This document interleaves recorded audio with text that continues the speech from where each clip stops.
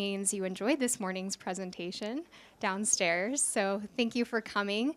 Today I'm going to go a little bit further based on my conversation with you this morning about the importance of how we all have stories to share from no matter which organization you're at. Again, whether you're at a nonprofit or for-profit, a legacy brand like National Geographic, or a startup. And so some of my examples today will actually be based from my time at National Geographic, where I was working with several different storytelling teams, but most of these will come from my time spent talking about travel, which is such a fun topic, but also my time from recent months spent at the Oklahoma Aquarium, which I absolutely love because at National Geographic, we were speaking to a global audience, and at the Oklahoma Aquarium, it's a chance to speak to a more local audience about our mission. So I've worked at a massive global corporation, and now it's much smaller nonprofit, so I kind of understand both sides of the world now.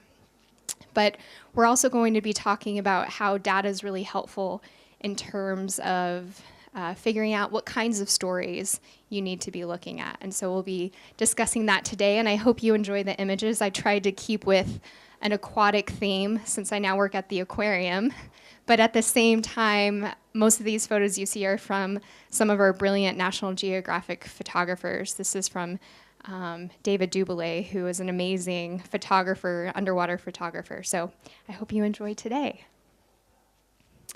So this is kind of the session overview that I think is important, and hopefully you have takeaways where you feel like you're empowered to actually go and create something after this session.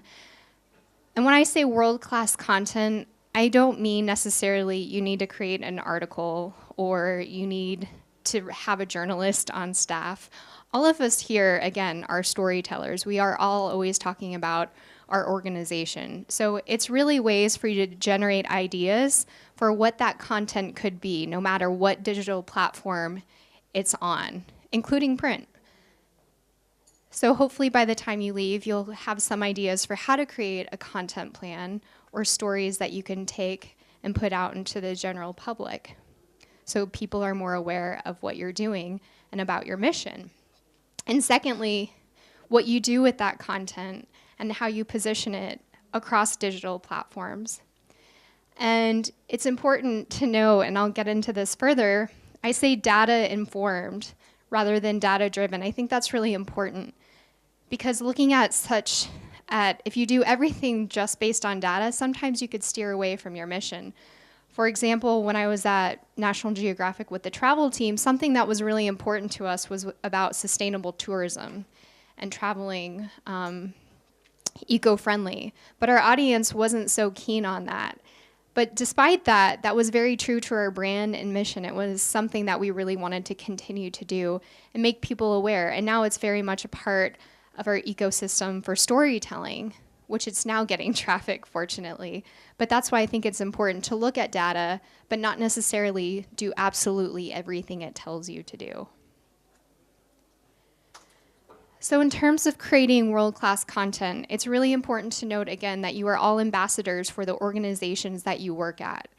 And with that, you need to know different stories that are taking place. It could be, anything taking place at an event, at a in your work environment, anywhere. And it's important to share those stories and figure out with your team what are the important stories to share so that people care and therefore engage and build a relationship with what you're doing. So you don't have to just be a journalist or a marketer. You're all ambassadors in storytelling. And so these are some key content tips for how to kind of create a robust content plan for figuring out what would be most helpful when you're trying to determine what goes on Facebook, what goes on our website, what goes on Instagram. I find these are all really helpful. And I'll dive deeper into each one.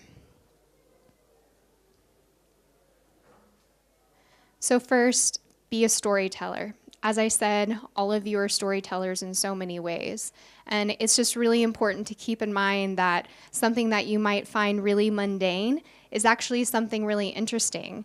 And so be a storyteller. Get stories that are taking place within your organization. So now that I'm at the Oklahoma Aquarium, we talk often with our marine biologists and hear animal stories, which then gives us an opportunity to share stories on Facebook, whether it's about Ruby the octopus or a sea turtle who's very charismatic and loves taking selfies with people.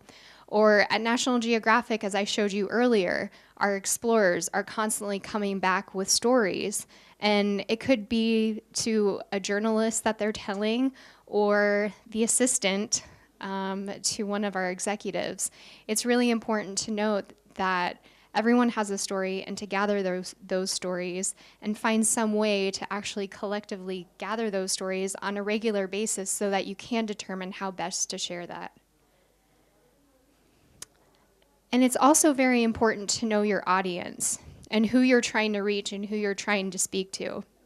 Now, this is what we determined based on analytics, whether it was Google Analytics, Instagram Analytics, Facebook, newsletters. We kind of looked at it all collectively. While Google Analytics for us is extremely important to see site traffic coming in, which is also really important when it's tied to revenue, it's also really important to see your social platforms and, again, your newsletter base to see how you can best align a strong content plan that reaches all those platforms. And this is kind of what we discovered when we looked collectively across all those different mediums where we were receiving data.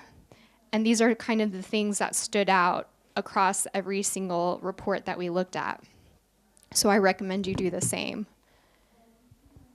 And know your competition. So I got my team together, and we were wanting to become, the authentic voice and leaders in the travel space. We had built the #1 travel brand in the world on social media, above airlines and hotels and other destinations, and we were really proud of that, but we wanted to be the go-to source for that information on our website. And so what we did is each team member looked at different organizations that we saw as competitors, or that we found really interesting, that we thought we could see how we might be different and unique from some of them.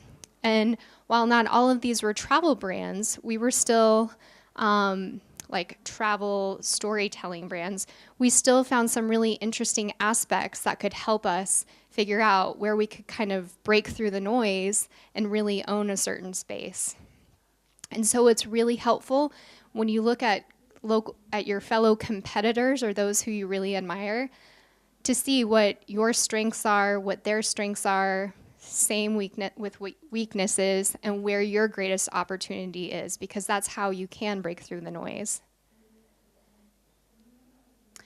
And so this is kind of after we did that compilation of each team member going through finding strengths, weaknesses, and opportunities, this is what we came up with. And this is what helped define our strategy for how we could become an authentic leading voice across digital platforms, specifically to get visitors to our website and travelers who are interested in traveling and becoming inspired by the content that we were sharing with them, or to be better travelers themselves.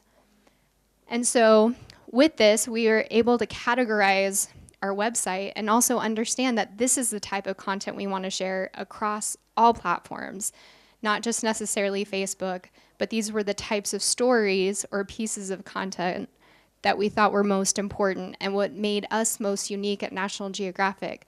So I think it's really important for all of you to know what makes you so unique, especially because there are so many, competitors, especially in the startup world, and it's good to know who you are and what makes you stand apart. And this is what we saw was most helpful. And it also helps for SEO purposes. That's how you can break through as well with Google, because you want to rank high with SEO. And once you figure out what you have that no one else has, it's important to make that note into search engine optimization.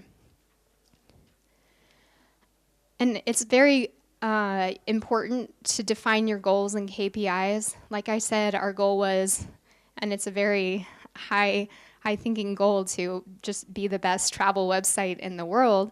But with that, we were very fortunate to actually end up winning the best travel website through the Webby Awards, which is a pretty prestigious digital award in the United States. But that's because we took the time to look at our competitors and see what our strengths, weaknesses, and opportunities were.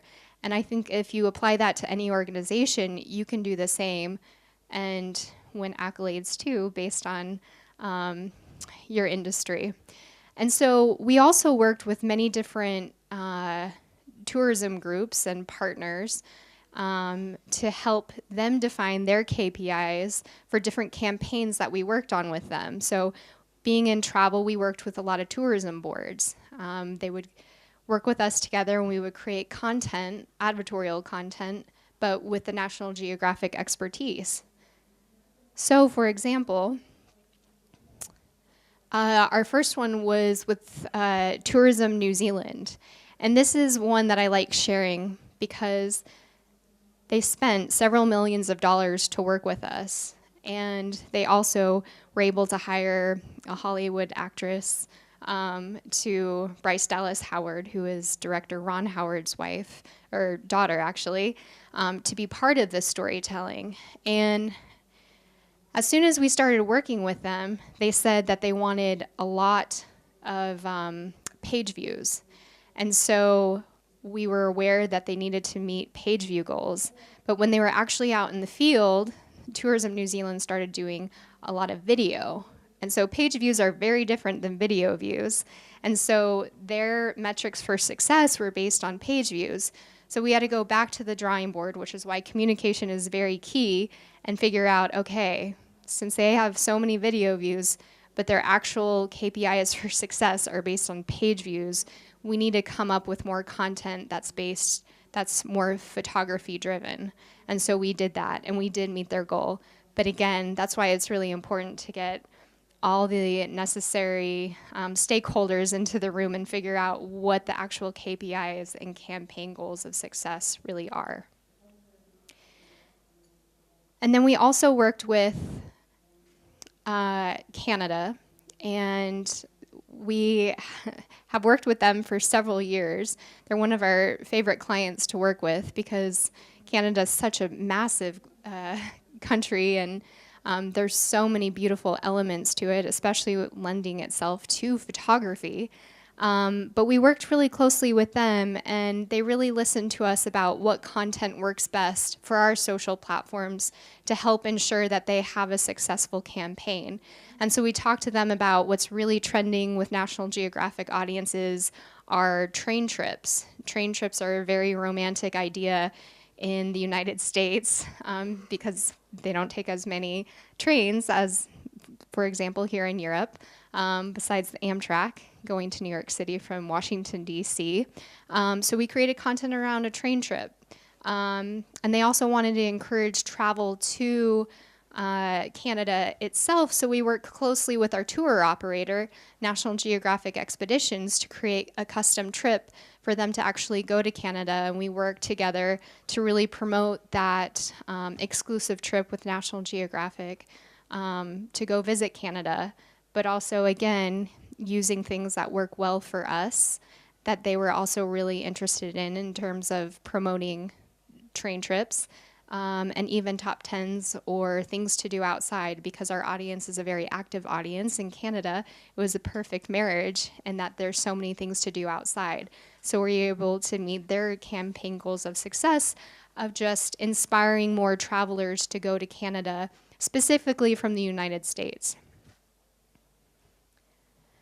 And then the last one I'll show here are just some other examples of different tourism groups and CVB boards that we worked with, where our goals really aligned. Part of the mission and what you saw, what made National Geographic stand out, was a lot of our work around World Heritage, the UNESCO sites. And so when San Antonio Tourism approached us wanting to do something about food, we gave the recommendation that if your goal is to actually get more traffic driven to your site, then the best thing to do is to actually focus on a cultural piece as opposed to a food and beverage piece that a different competitor like maybe Travel and Leisure would have done. So we worked with them on that, and also focusing on the natural beauty. The National Geographic audience, we know, especially travel, is really interested in the natural environment, particularly national parks or any kind of world wonder related to the outdoors. So we really captured that when we worked with South Africa tourism. And at the same time, when we worked with Switzerland, you see another train there. So it was a perfect marriage because our audience was really interested in that.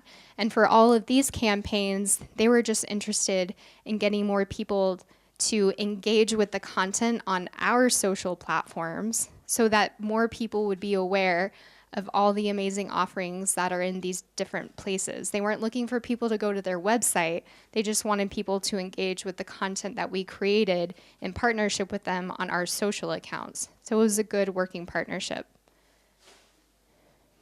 And I can say invest in strong visuals, and as I was describing earlier this morning, it's so important for National Geographic in particular, which is such a visual brand. But no matter where you are, visuals are very key. I think the world is becoming more and more visual, especially with new social platforms that we all use today, whether it's Instagram or Snapchat.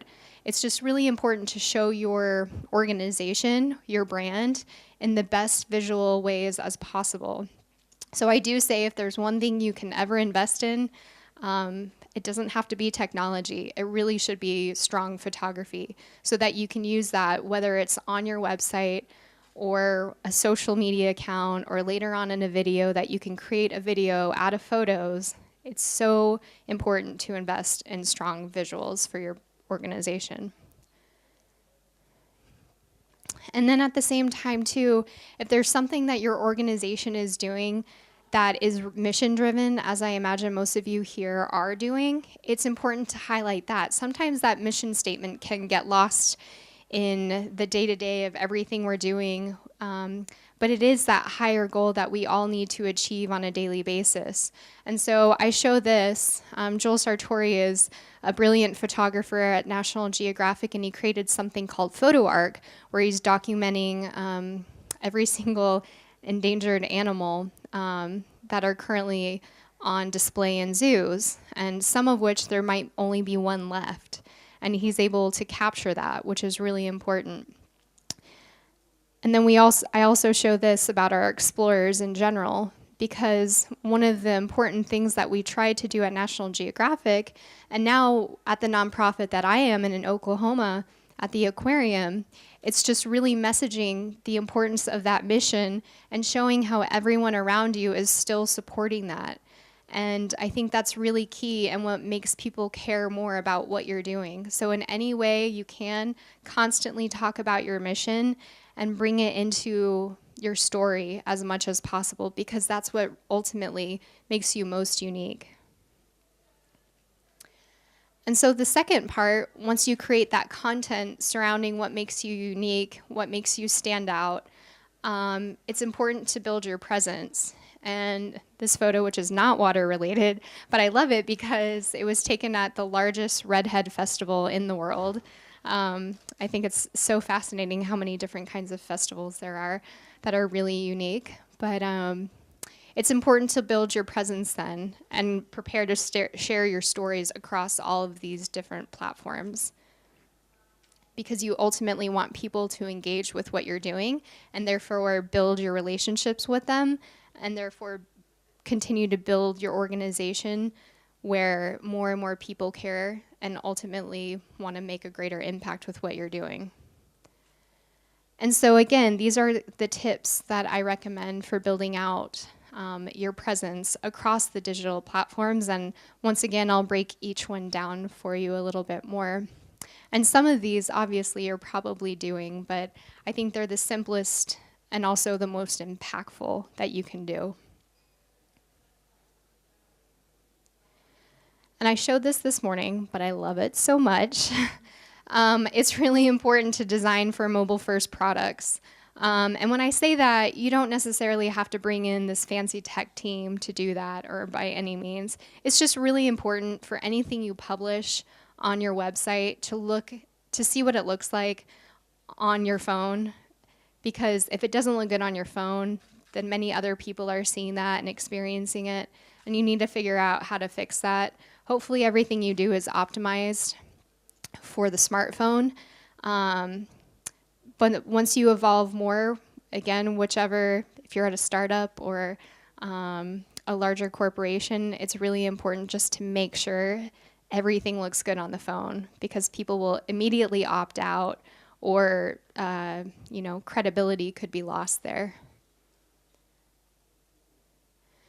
And it's also important, obviously, analytics are really key to what we do here in terms of figuring out what's working, what's not working. I've mentioned Google Analytics a few times, but it's really important to use that because you really want to test what you're doing, and test send times too when you publish something. So just because it doesn't work one time, I would recommend publishing something different perhaps, but along the same vein, so that you can see how that compares.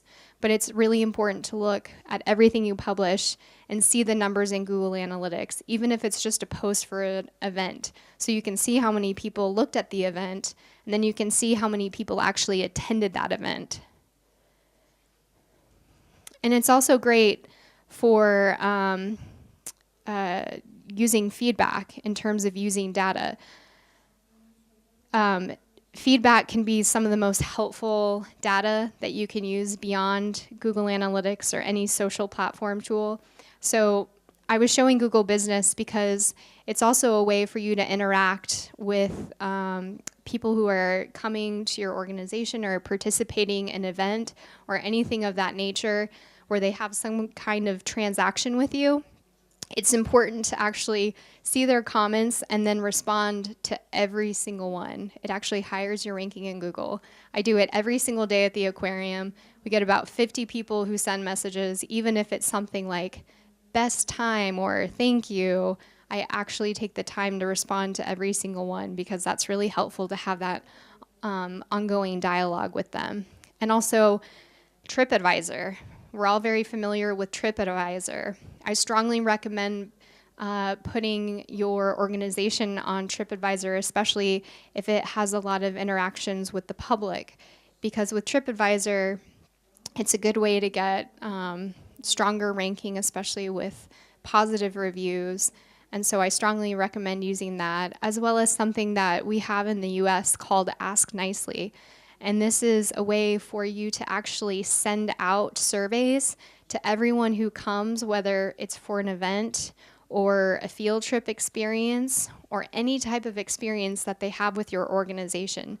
You can send out surveys specific to those people, to their event or whatever participation that they were involved with you, and you get immediate feedback. And it's really helpful. And some of it has allowed us to adapt our strategy or have realized that something we didn't think was as important as something else.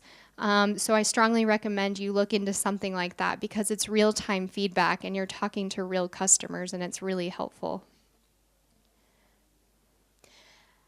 And then along the lines of creating that content, it's also important to note that different content works for different audiences. We all know that Facebook can sometimes be skewed toward an older audience, and that includes myself. But Snapchat, for example, could be a younger audience. And so when you're creating content, just remember that it's not going to work on all different kinds of platforms. And so I'm going to show you how we created something specific for Instagram, and then how we changed it to Snapchat, where the cooler, hipper people are on.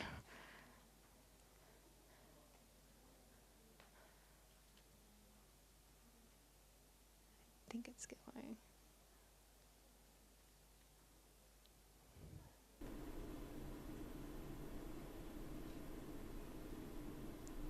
So it's cool visuals, very pretty.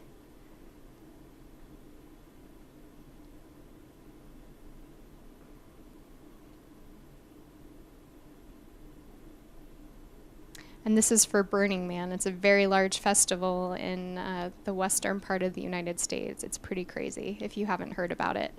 So that's what it looked like on Instagram stories. And now this is what it actually looks like on Snapchat.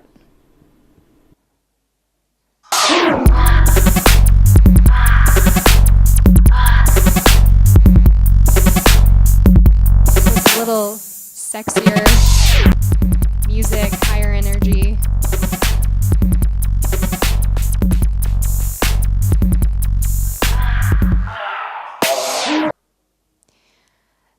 So using the same story and sharing it differently is important because both engaged very high with those two different audiences. And so you can't necessarily always do that, but when you can and you know it's really good piece of content, it's important to kind of shape it to the appropriate platform and the appropriate audience for you. And then it's also important to note that you don't have to be everywhere. You don't have to be on every single social platform by any means. So for example, when I was at National Geographic, within the travel team, we immediately got the domains, and it's important to get all the domains, but you don't have to be active, for many different social accounts. And we noticed that some just were not working for us as much as we tried. And we tried really hard, including Pinterest, which you would think with travel and beautiful travel photos that people would really like that. But it was not working for us. So eventually we decided to stop posting to Pinterest because our audience was more active with us on Facebook and with Instagram. So why try anymore if you've already tried? So you don't have to be as active on every single platform. Same with Reddit, for example. Reddit at National Geographic is really popular with our science team and our animals team.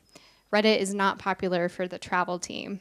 So it's important to try all these different avenues of social media, but you don't have to be on every single one. And it's okay if you start it and you see it doesn't work. You can sunset it and not have to worry about continuing to pursue it. That's definitely okay. The great thing about digital is you can try and fail and eventually be successful. And I think this is important to note too, because Facebook is wonderful, but it's very dangerous too, because we rely so heavily on it. But at the same time too, as you all know, they're very powerful with their algorithm and they can change things very easily. And so I show this because it is important to show that, you know, thinking about the different content you create and thinking about engagement, that it is important to do that. But it's also a good opportunity to have dialogues with your audience on here. And so both here at National Geographic and at the aquarium, we often pose questions. And it doesn't link back to content, but it's a great way to engage in conversation and get people to respond. And sometimes hundreds respond, like at National Geographic, or at a nonprofit, again, like the Oklahoma Aquarium, we might get about 100. And that to us is really exciting because we're just having an ongoing dialogue. So pose questions. I think that's always important. And then Instagram is obviously a great tool for sharing what your brand is doing and sharing those stories and those behind the scenes happenings going on. I show this from the aquarium because fish make the funniest faces and people have a lot of funny things to say in the comments, but we do a lot of photos, we do a lot of videos, and then we do a lot of plays off of things like Finding Nemo, which I hear about Nemo every single day at the aquarium because we have so many clownfish and kids absolutely love Nemo and Dory. So we like to do a lot of playful things and memes along those lines. So if you're at an organization that can be playful, you definitely should be part of that and engage in popular culture and talk about what's happening.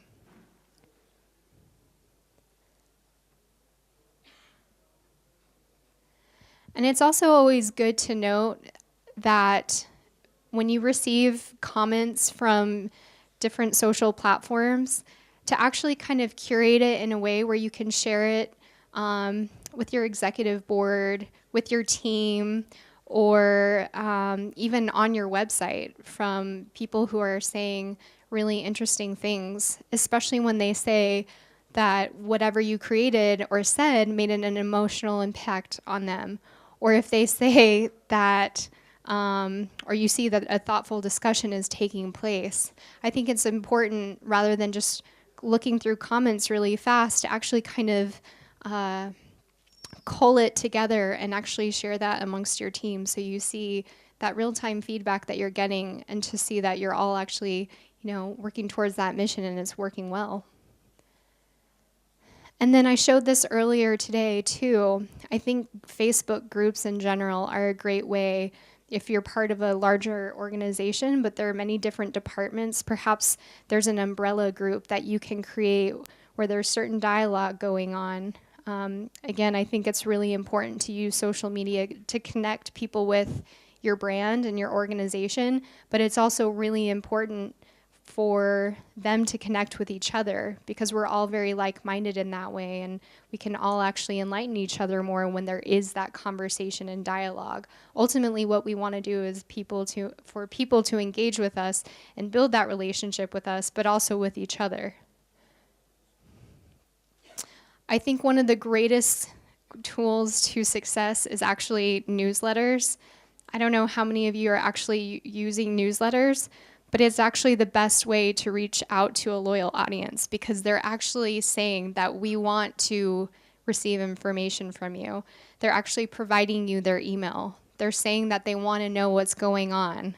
So this is your loyal base. And it's not saying that you need to email them on a daily basis or even a weekly basis, because we all get so many emails from all kinds of companies nonstop. And if you're like me, I delete all of them right away.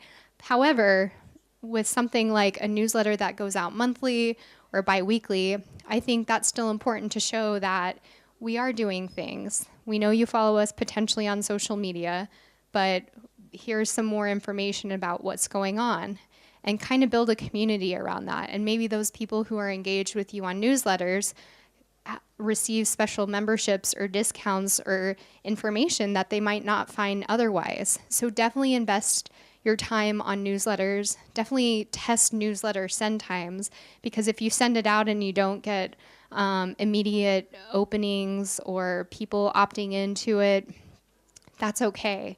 Just try different send times, because sometimes people might open them at 8 in the morning, but then you'll find that more people open it at later in the evening. So definitely try doing that, but definitely test the water, no pun intended, on trying different send times and really investing in newsletters. Again, even if it's monthly, it's worth it, because that's a loyal audience.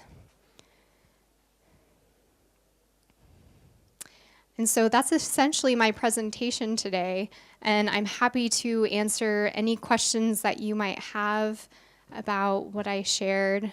But again, ultimately, you all have stories to share, and I think oftentimes we think that it's going to be really expensive to create something really interesting, but that's definitely not the case at all. It's just about being creative with the technology at our hands. And most of us are already using that technology. So just make sure to do it in very strategic ways. And I could have shown you a lot of numbers and data, but I think you are all familiar with looking at the analytics, whether it's Google Analytics or Facebook or whatever it is, and just using that and being smart with looking at your competitors as well to see how you can really stand out, and then later be very successful. So, do you have any questions? No? Okay, well, I'll stick around here if you do have any other questions, but I appreciate your time, and I hope you are all inspired, and hopefully even more so inspired to travel after looking at some of these cool travel photos. Thank you very much.